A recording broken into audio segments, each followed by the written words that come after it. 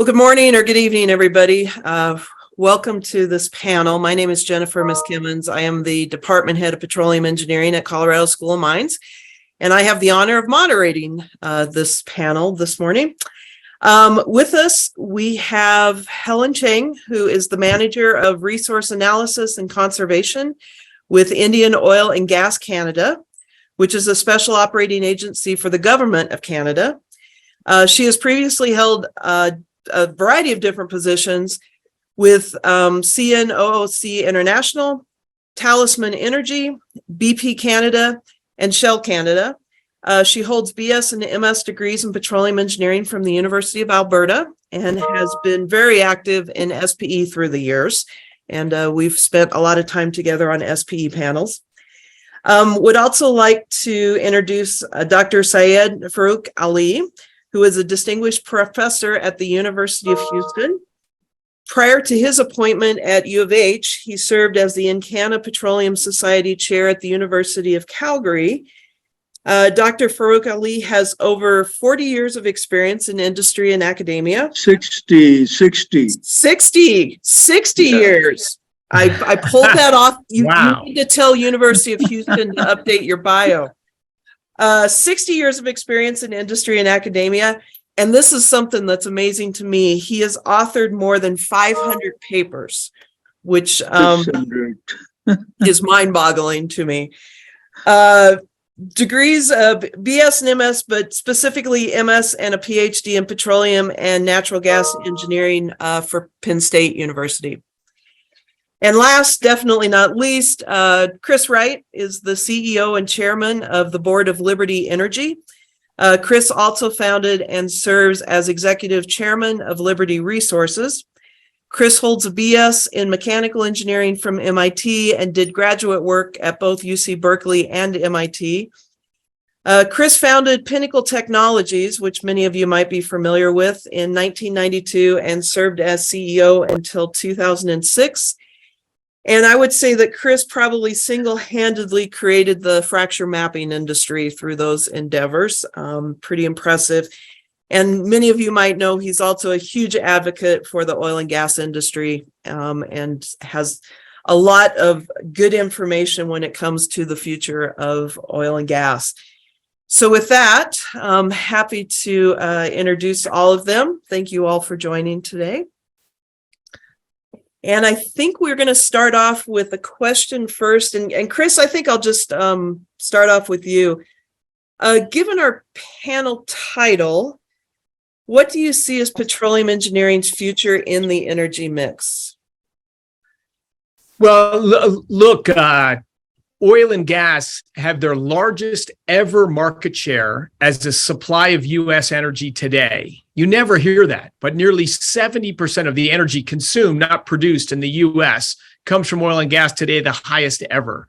We're at world record highs for oil demand globally and for natural gas demand globally and natural gas liquids.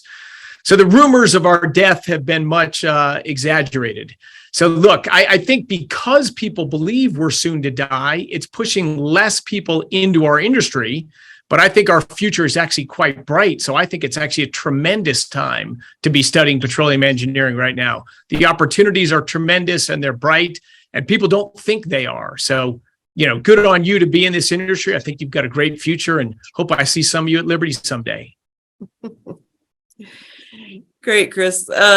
Syed, you're a faculty member. What are your thoughts on that? You can call me Farouk. That okay. Yeah. It's like this, that there is a lot of scaremongering right now. The thing that you have to remember is that you hear about gigawatts and terawatt hours and quadrillion BTUs and you're lost. Let me tell you this. Right now, if you take all the nuclear plants in the world, 440, they're equivalent to 5 million barrels a day. 5 million, that's the whole world, okay? And if you take all the solar and the wind, I call them windmills, it's wind turbines, but whatever, they are equivalent to 6 million barrels a day.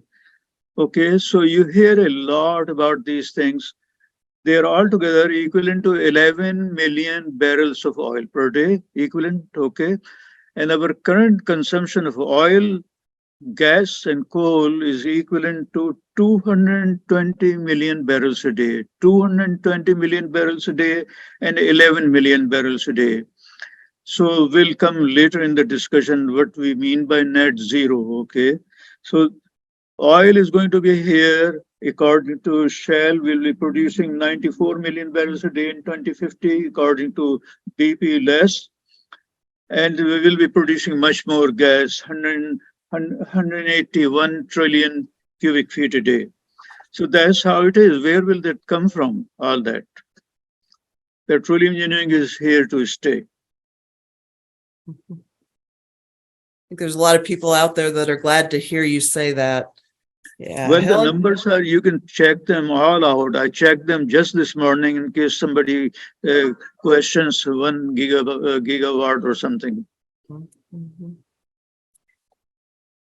Helen, do you have anything to add on that one? No, I think Chris and Dr. Fruit kind of summed that up. I think we do have a bright future. I think we're moving the next phase of petroleum engineering, which is kind of exciting, what I've seen, which is the transitional energy space. And I really am thrilled that there are students still in the program, because otherwise we're going to have a shortfall in the talent pipeline if we don't continue to fill it. Mhm. That's all I have to say there. Helen wrote all the questions.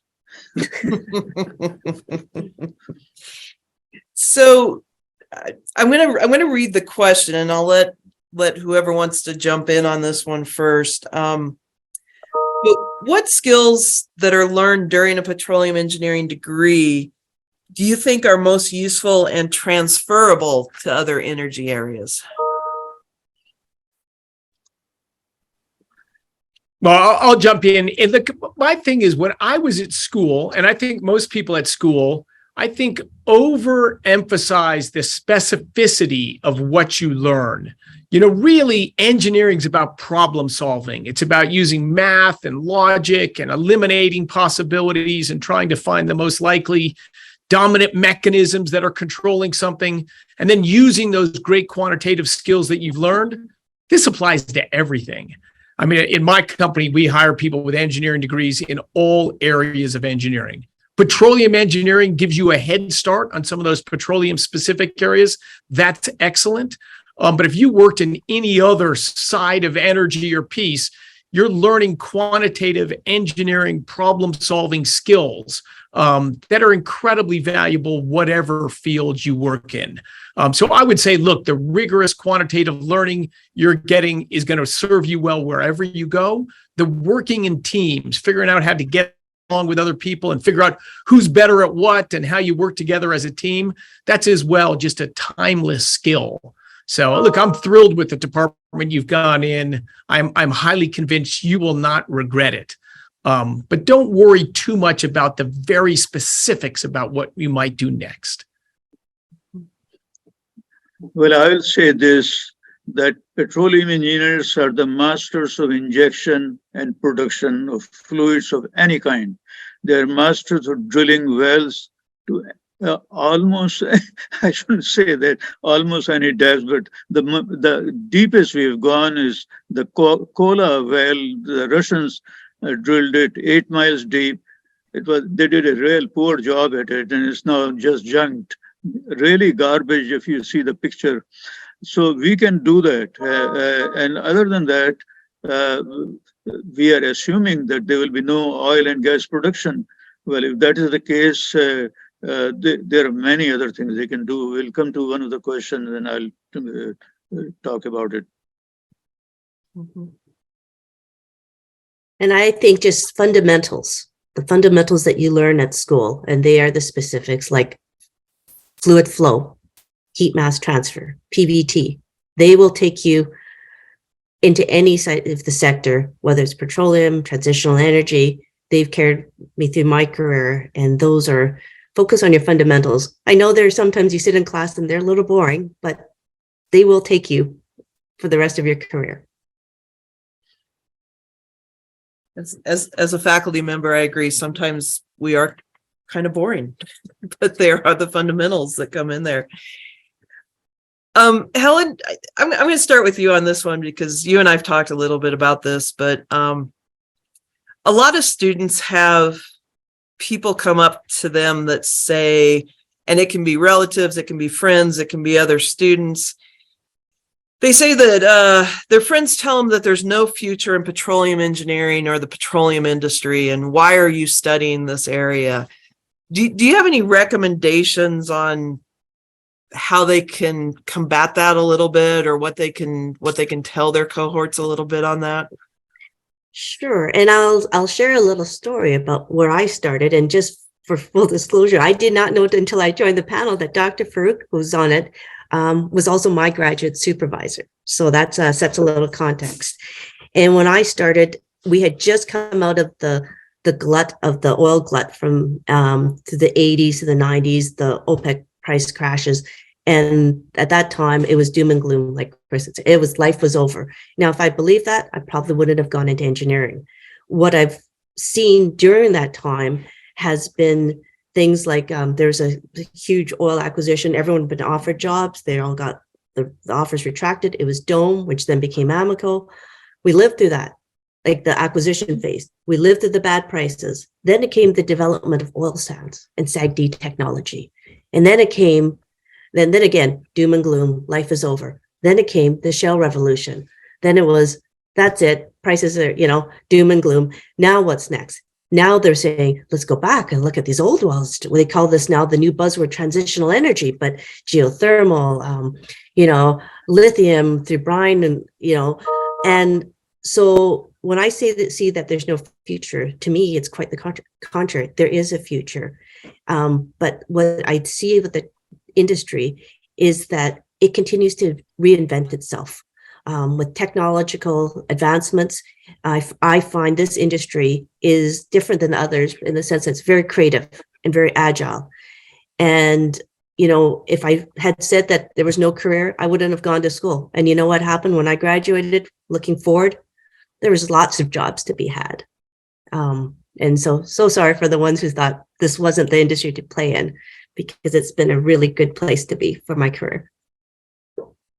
I'll say this, that if any students come to you and say that, is there any future in oil and gas, ask him or her if she or he can ride a mule or a camel anytime soon.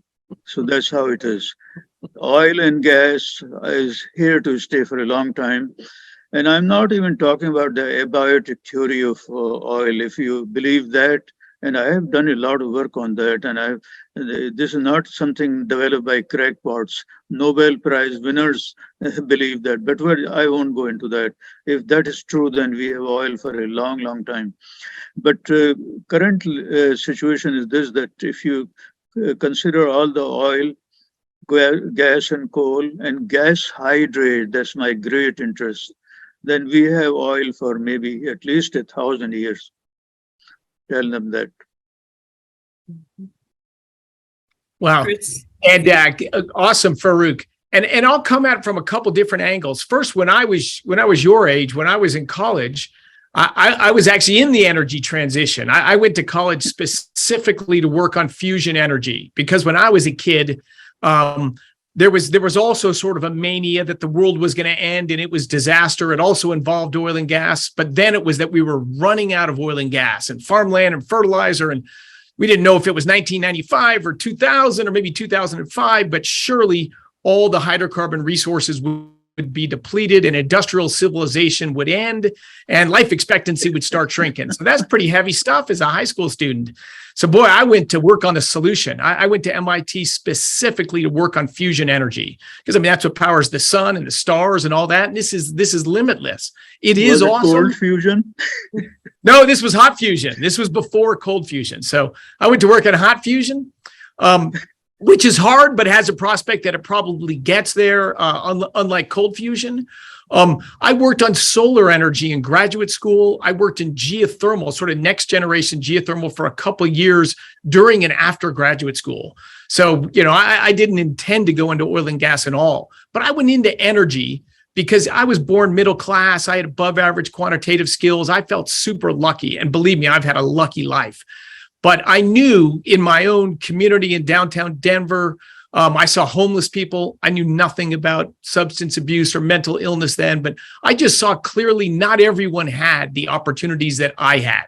You know, I was a big reader, and you looked around the world, and even today, a third of humanity still cooks their daily meal burning wood, dung, or agricultural waste indoors. That indoor air pollution kills 3 million people every year, roughly the rate of COVID deaths, over which we shut down the world the last 2 years.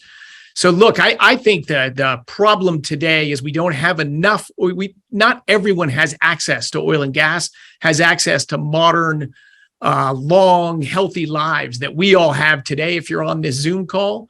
But I think you should strive to want everyone to have that. So look, I only came into the oil and gas, not because I had any background in it, but because it was the energy source that matters for human quality of life. That was true when I was born. It's true today. And I'm highly confident it will be the dominant source of energy when I die. And I'm planning on that being a long time to go from now. So look, I love energy. I encourage all of you to follow up and learn the data, what's going on in energy. Farouk led us off with some great data points there. This stuff is huge.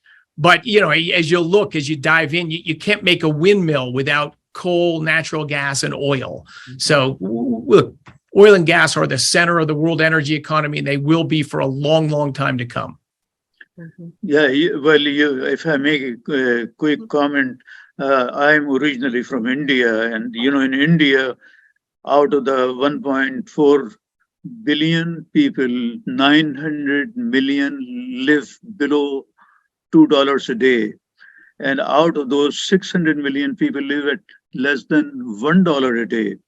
And these people use, to this day, you'll see them using fire, just as you said, firewood, just ordinary wood. They will use cow dung cakes. Dr. Suleiman told me not to mention that, but that's the reality. And you go to them and say, use solar panels and wind turbines and all that. It's not going to change for a while, until these people come to our level of living. You cannot tell them to cut down CO2 and all that. It's not fair because these Western countries became rich on whale oil. Do you know I've been to Grytviken? You know where is Grytviken? South Georgia Island, far south of South America, just to see a whaling station. Here, if you see a map of the world, this is Grytviken here. But the point is that these rich countries became rich because of whale oil, because of coal gas. I was on coal gas in England when there was nothing else, and kerosene, and only later other things. And now we are going to these poor countries like India. India is developing, but there are many countries like that in Africa and so on, and telling them to cut down CO2, not to use this, not to use that. It's not fair. So from a petroleum engineering student standpoint, how can they better prepare themselves for future opportunities in the energy field? So we've got petroleum engineering. We talked a little bit about some of these skills being transferable, but when you're still in school, how can they better prepare themselves? Helen, you want to kick off on that? Sure. I think, when you're in school, I'll defer to the rest of the panel to talk about more the technical side. But I really think as a student, you need to work on your soft skills, your business and leadership skills when you're in school. Being able to write a document, being able to present. I know those are all the things that you do. Being able to be an effective communicator to get your message out is going to take you far ahead into your career. Like Chris touched on it. Teamwork. You guys are going to be working on projects together, able to work as a team, leading a team.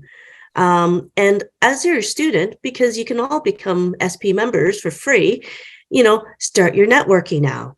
And then as you work on it, there are other aspects of your business and leadership. When you're working your capstone project, I'm in Canada. I would assume that you guys would be doing this as well. Project, that's where your entrepreneurship, your resiliency, again, people skills, because that's when you're going to take all your technical skills, roll them together, And that will take you leaps ahead, because when you're in the school, it's such a safe environment. That's when you can try everything, and that will pay it forward when you graduate. May I make a comment? Please, yes, please. Well, slightly longer answer. I'm timing myself that I don't go beyond 2 minutes. But in any case, one of my close friends, Bob Meldau, we worked 35 years in California oil fields. He is gone now. During the 80s, when the downturn came in California and the gas price went up, all the steam projects were shut down.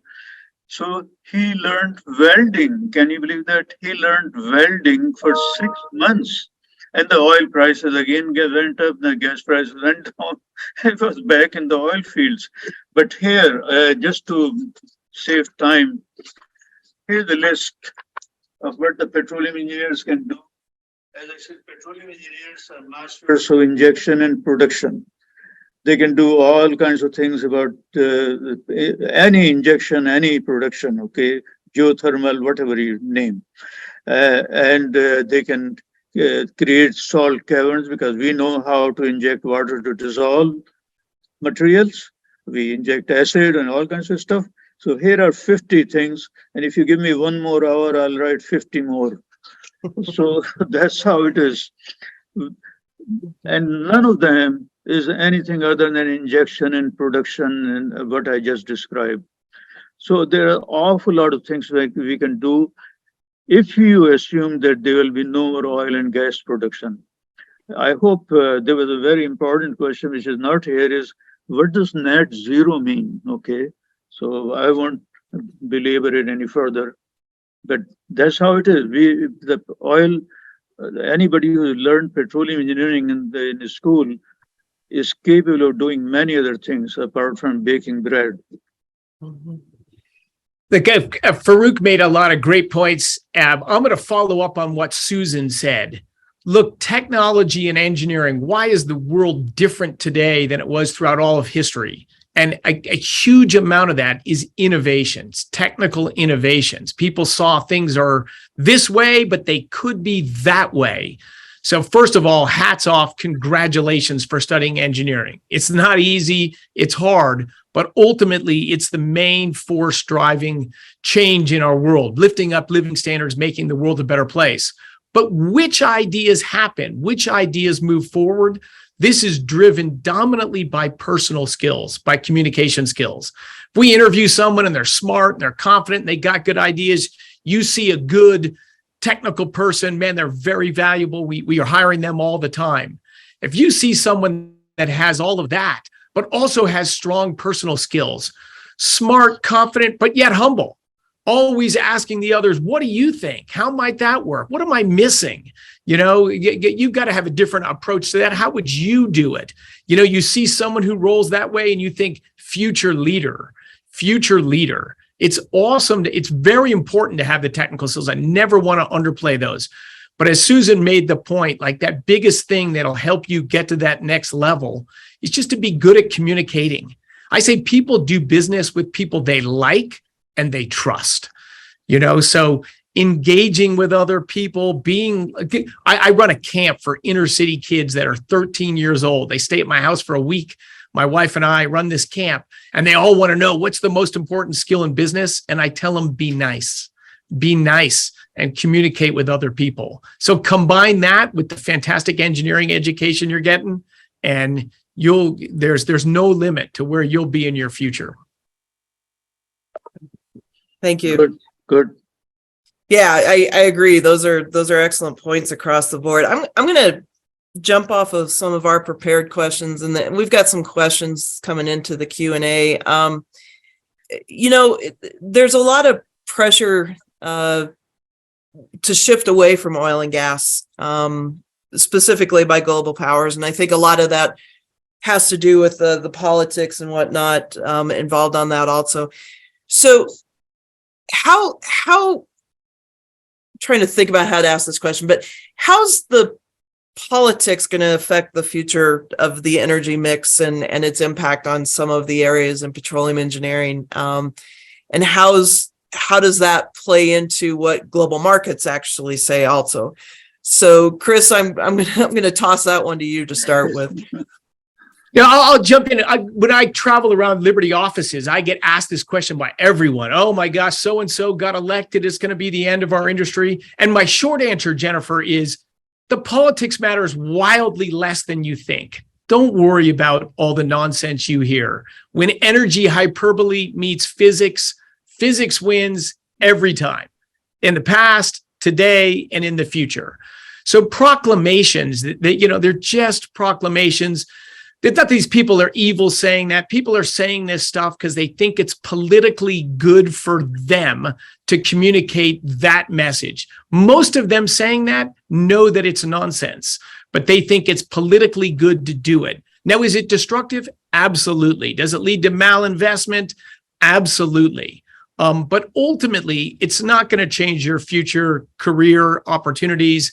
It's not going to change where the world gets energy from. That's really down to chemistry and physics.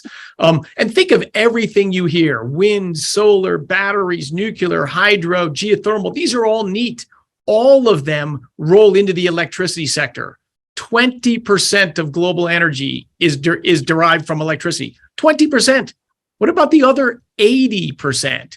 So this whole, I use this word energy transition. It's just nonsense. It's deceptive. We're not actually in the midst of an energy transition, believe it or not. 30 years, we've changed the percent market share of hydrocarbons by 3%. Way more coal consumed today than 30 years ago, way more oil, way more natural gas, and the market share went from 86% to 83%. That's not an energy transition. We're investing. There's a lot of hype around new energy technologies. Some of that's neat. I hope we get great new energy technologies, but energy is hard, and the advantages of hydrocarbon are just compelling. So you can listen to the politics. It's good to engage in that discussion respectfully and nicely with your friends. I think that's a great skill to have, to be a thoughtful communicator about energy. But people that say silly stuff, it's not because they're evil. It's not because they're stupid. There's a lot of motivations behind that. But don't worry about the politics. It's not going to change the world energy mix. Mm-hmm. If I may say a couple of words about that, you said politics and all that. Right now, there is a $2 trillion pork barrel plus another $369 billion were added just short time ago. So there's a lot of money. So if you can come up with some idea, whatever is plausibility that you will reduce CO2 or something like that, or stop climate change. Now, let me just tell you this before I go further, that I'm not a climate denier. I'm not a CO2 hugger either, okay? But I'm just trying to say that because there's a big pork barrel there, people are coming up with all kinds of silly things. And it's fashionable to say that climate is going to get worse and world will come to an end. Anybody old enough here to remember the Colossus of Rome? Or do you remember the limits to growth? Just this last week, I saw Soylent Green. Have you seen? Do you remember the movie Soylent Green, where people are dying on being thrown in garbage, and dead people are being changed to a food? Do you remember that? And that was supposed to be happening in 1975. Okay, so that's how it is. If you believed Al Gore, Florida will be under 12 feet of water in 1990. And all the Arctic ice would be gone in 2013. This is Al Gore. He was running for president. Anybody remembers him? So that's how it is. That there's a lot of money available, and people are. It's fashionable to say that you're doing something about CO2, and I have nothing against it. I have a real bright idea about CO2 reduction, and my idea is this: that I'll write a proposal to the, I don't know, to U.S. Department of Energy, that the people's bodies should be modified in such a way that we breathe oxygen and exhale hydrogen. How is that?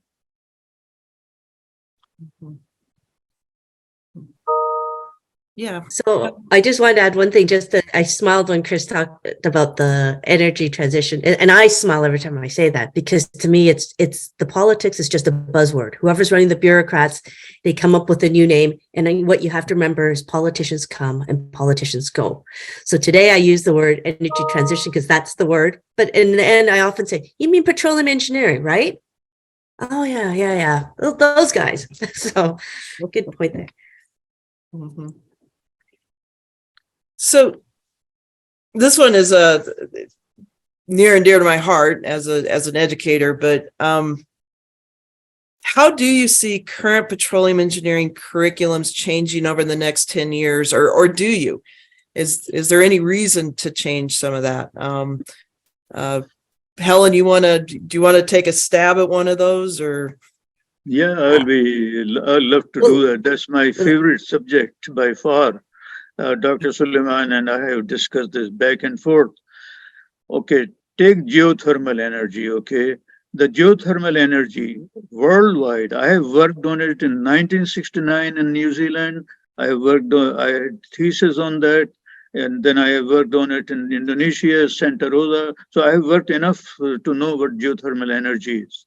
Now, geothermal energy total worldwide is equivalent to 220 million barrels. Sorry, I said just the wrong thing.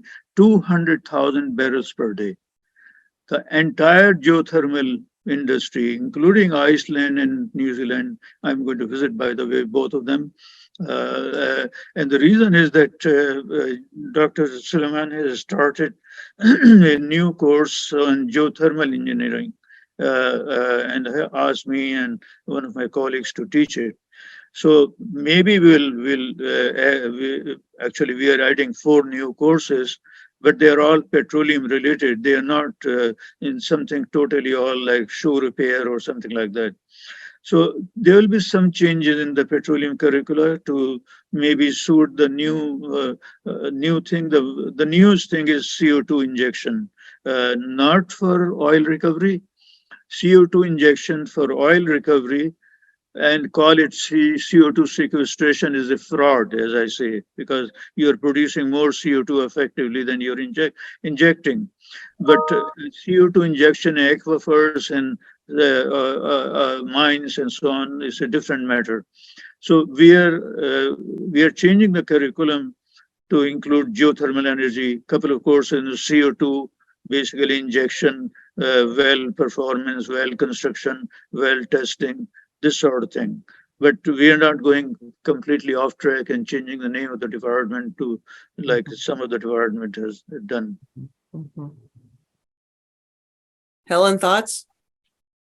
I think we've got to play in the technology game right now. I think there's a couple of things there was the days when I was there, we were doing the hand calculation. Now you've got being able to integrate data analytics and programming into here. I think being able to engage companies in your capstone projects, the key is being relevant.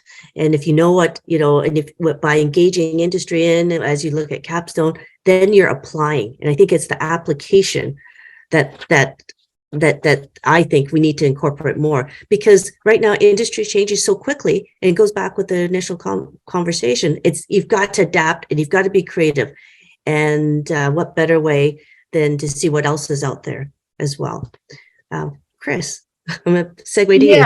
I'll add to that. I think we'll see more in petroleum engineering of data analytics for sure, and measurement technologies. There's a huge focus right now, and back to Farouk's point, massive amount of money out there in a new bill that's been passed to try to help our industry reduce methane emissions. Right. So there's all sort of satellite, there's ground-based, there's cool measurement technologies that are trying to measure where are the sources of leaks, how do you solve those problems. So I would say additional measurement, problem solving beyond things that maybe we were certainly viewed in the past as smallish or marginal. Well, the world cares about them more today, so they're going to get some more focus. I think our industry doing things better, that's great. So part of this is quite good. but measurement, analytics, again, problem solving more at surface level as opposed to just downhole. I think you're going to see more of that. The last thing I'd throw in was I would love more of a broader energy literacy among people studying petroleum engineering. I'd love it among everyone, because your friends, your parents, your aunts and uncles are going to ask, why are you in that industry? You're ruining the planet. So I think understanding a little bit more the broader energy system, what drives it, why do we have the energy system today, and learning about climate change. I dove into climate change 20 some years ago because it was for my business. We had measurement technologies of fluid underground, and the national labs were testing CO2 sequestration. It was a business line. So first I was excited about it. This is going to be a big deal. This is going to be great for my business. And it was by diving into the data, the understanding, the history, that I think having a sober, thoughtful understanding about climate change is incredibly valuable. Yes, it's a real phenomenon. Yes, it's happening. Yes, it's dominantly driven by combustion of the products we produce. But it's quite different than what you hear in the news. That this alarmism is, most of what people say is just unrelated to the actual facts about climate change. But no one ever says that. So I have found at universities, on the TV news, anywhere, a thoughtful dialogue about climate change is desperately needed. And the engineering skills you're learning in petroleum engineering, it's the perfect background just to understand the basic chemistry, physics, and numbers of what's going on, and then survey the data. So look, I've written in our Bettering Human Lives report a long section on climate change. If you Google my name and climate change, you'll probably see some long YouTube talks. This is an important subject that 99% of people know nothing about. They're very passionate about it, and it drives some political agenda one way or the other. But take it as a technical thing, not as an emotional political thing, and get a basic understanding of it. You'll help the world, because we need more people talking about it soberly. May I make a quick comment, if you allow that? Number one, we are closely watching all the schools in the US and the world, in fact, is what they're doing. So let me put it this way. When it comes to general energy, there are 134 schools, universities that is, which offer a BSc degree in energy engineering. Okay, that's one thing.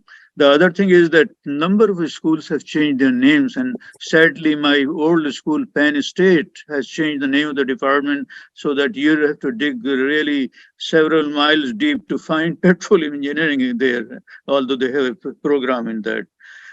And finally, the data analytics. Data analytics, you hear everybody talking about machine learning, these are parts of artificial intelligence. Data analytics, machine learning, the neural networks, all these are really, I call it, I know what they are, by the way, and I call it glorified curve fitting. So what's happening now is this, that you take a lot of data from, let's say, oil wells, and then you cluster it and do all kinds of things with it, and you come up with the predictions for future. And yet you don't know any reservoir engineering, you've never seen any even have been near a well, So that's what's happening. People are getting carried away by data analytics and that sort of thing. That is fine. They are very valuable tools, but they are not a replacement for the mechanistic models, mechanistic equations of oil production, gas production, and all the rest. I agree 100%. Amen, Farouk. That is a massive misunderstanding, and I agree wholeheartedly with what Farouk just said. Right on. Thank you. So I'm going to go back to some questions that are coming in the Q&A, and I think this is one that a lot of people listening probably would be interested. So if they're having problems finding employment, coming out with a bachelor's degree, what do you recommend versus grad student or grad school, going to grad school, other opportunities, continue to look for a job, work on a PhD, whatever. What do you recommend for somebody who's having a hard time finding employment right now in this area? Go to libertyfrac.com and search employment opportunities. You just got 241 new applications, Chris. Excellent. I don't know if I may say that I've been telling all my students, and Helen will probably remember that too, that for all these years that run your own oil company. At the moment, at least 20, maybe 25 of my former students are running their own oil companies. And you can do it very easily in the US, especially in Texas. I used to give a lecture in my reservoir engineering course. The last lecture was how to run your own oil company. One of my students, John Gunn, just sold his company for $120 million. All of them started with less than 50,000. So that's one way. The other reason, the other thing which is happening is that there's a shortage of petroleum engineers in some areas, and maybe there are more in other areas. But what they are doing when there's a shortage, they are hiring these, as they used to do in the old days too, when there was a shortage, that they will hire mechanical or electrical or something, and they put them through a local, their own school or some local school, so that they learn the skills. So the opportunities are there, absolutely, and many more in the US than in any other part of the world. I think, for me, I'll be honest, when I graduate, jobs are very hard to find. And I chose to go to grad school. I love grad schools. I was just saying to one of the professors recently at a different school, it was probably one of the highlights of my career because I like to do research. But I realized it's not for everyone, and some people just want to get out there. So when you graduate, some tips I would have is getting involved with your local, like I said, the SP section, your local, whether it's SP, it could be the Logging Society, get involved with the professional section and volunteer. Stay current, read a couple papers, check, attend a couple webinars, stay current with that. But also the important thing is you got to think outside the box. When we talk petroleum, the first thing that jumps to my mind is I got to drill a well, I got to produce a well. What about that whole reclamation side? Looking at the final reclamation, how to abandon the wells. In Canada, we just had a $1.4 billion over 1 year to reclaim all the old wells that were sitting there. I've in Ontario, which is, I had no idea there was oil and gas there until I started working for Indigenous Services Canada. These things are I learned from Indigenous knowledge that there used to be a well here over this house. And it's like Pennsylvania. It's something like that. There is a whole brand new business of end of life. So two things is when I said, what do you want to do in the future? Well, that you got to look at full life, right? As a full life. And then what can you do? You got to start thinking outside the box. And that's something that's out there. It's not snazzy, but it's work that has to be done. And it's work we can learn. And it's work that you apply everything you learned in school. Jennifer, if I can, I'll follow on that theme really quickly, because again, right on. The most important thing when we hire someone is how did they perform at their last job? That last job could have been, serving food at the school cafeteria. But someone who's just motivated to do a great job and everyone around them loves them, you hire that person. I talk to people sometimes, well, they had an internship. It wasn't really in the area they wanted, so they didn't work that hard. Well, that's crazy. If you didn't like what you were doing, but you did a great job, everyone wants to hire you and promote you. So look, you can always make your own opportunities. And to give a very specific example, following up on my original comment on our website, we hire a number of engineers every year, a good number. But if you couldn't get at Liberty in engineering and you went and worked on a frac crew, and a lot of people have done that coming in our company, I guarantee you can get a job on a frac crew. You're going to make around $100,000 a year. You're going to work hard out in the field. You kill it doing that. You work hard, you get in the company, you'll be an engineer at Liberty. So the person who doesn't get the job they want, but gets some other job, and networks and does a great job and people love being around them, that's the road to go up. You don't worry about having the perfect job in your first job. Try for that. But if you don't get it, get whatever job you can, ideally in the company or industry you want to be in, and then kill it at that job, and all the opportunities will open above you. That is absolutely the way it should be. Absolutely, I agree with you, Grace. Great. So it's an interesting question, but you're all extremely successful professionals in your various areas.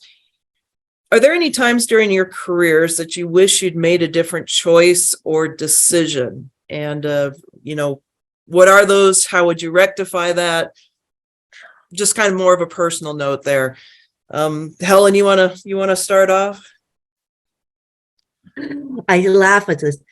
So most of my career, I've been doing oil and gas reserves. And there was a point in my career, I thought, this is such a thankless job. You work countless hours. My child was, like he was joking, was an orphan from the month of October to March. No one appreciates it. But I wish I could be a geologist studying something on the reef so I could go with them on one of those trips to the Great Barrier Reef to go scuba diving or something like that. Or a completions engineer, because they get to do cool stuff and work outside and travel cool places, And so I always have the discussion, what am I going to be when I grow up, right? So I have made that. And but what I did as a choice was I actually did do some of the things on my wish list. For instance, I remember changing a company. I took two positions down, so that I could be a completions engineer and an ops engineer. I was a manager at a reservoir, but I was not as an ops person. I actually went back to, because when Shell I started, they had us in the petrophysics program. So I took a stint and I went back to petrophysics, where I got to look at the rocks. And no, I didn't get a cool geology trip to anywhere warm, but I did go to the Rocky Mountains and look at outcrops. So that was very cool. But why is that important? It's cool to think about the different decisions you would have made. But if you can execute on some of them, it takes you back and makes you a better engineer. So now it's funny, in my current role, what am I doing? My team is forecasting reserves and full life forecasts for the First Nations on how much they're going to make on their assets and how much is left. So it does come full circle. We're a small team, but now all those little nuggets that you learned, I remember how to run a liner, and I remember what that frac meant. It all brings it back together. So I guess I'm still figuring out what to do, Jennifer. I think we all are a little bit. Chris, what about you? Wow.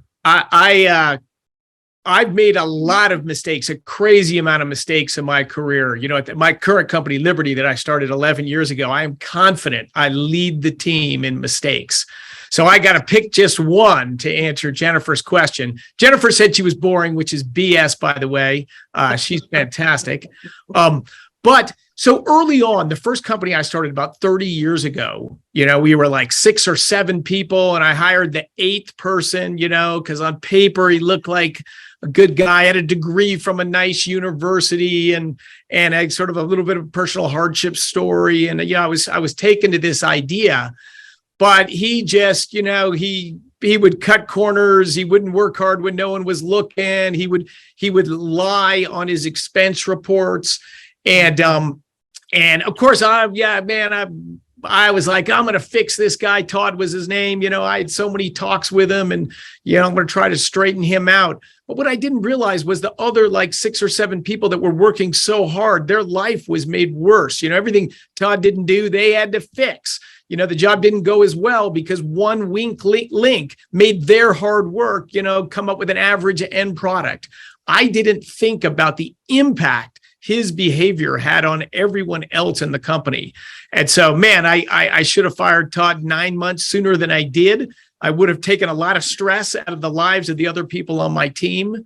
So I always say people can make mistakes, but character you can't fix. If someone's willing to be dishonest, they don't work as hard when no one's looking, they seek to blame their mistakes on someone else. If they're adults and in the workforce, you're not going to fix that. You're not going to fix that. So the most important thing is work. Doesn't matter what the logo in the company is or the job. If you surround yourself with good humans that are going to do the right thing when times are tough, man, you're going to have a happy life and a successful career. I'll give you a very quick, short answer. Not for a second I thought of doing anything other than petroleum engineering. I worked all over the world. You see this here, every country here.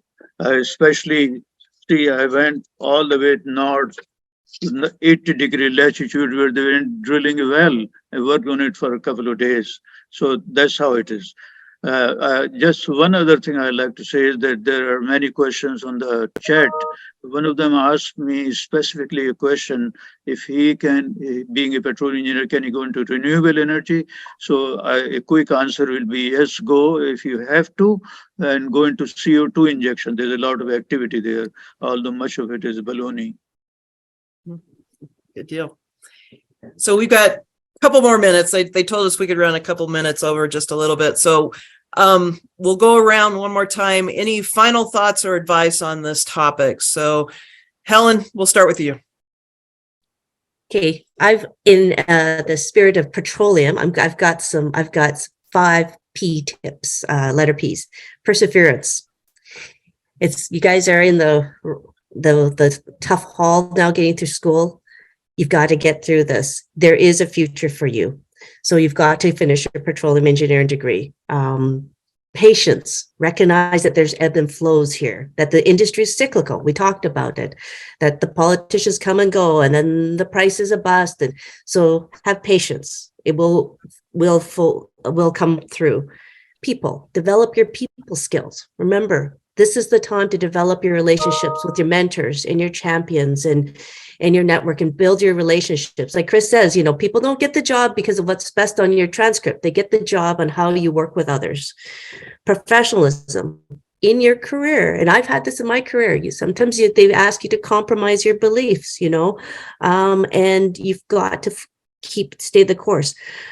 When I say professionalism, because I work now on the First Nations, they have a different perspective. When they asked me to bring something in, I'm looking at 7 generations forward. What's there?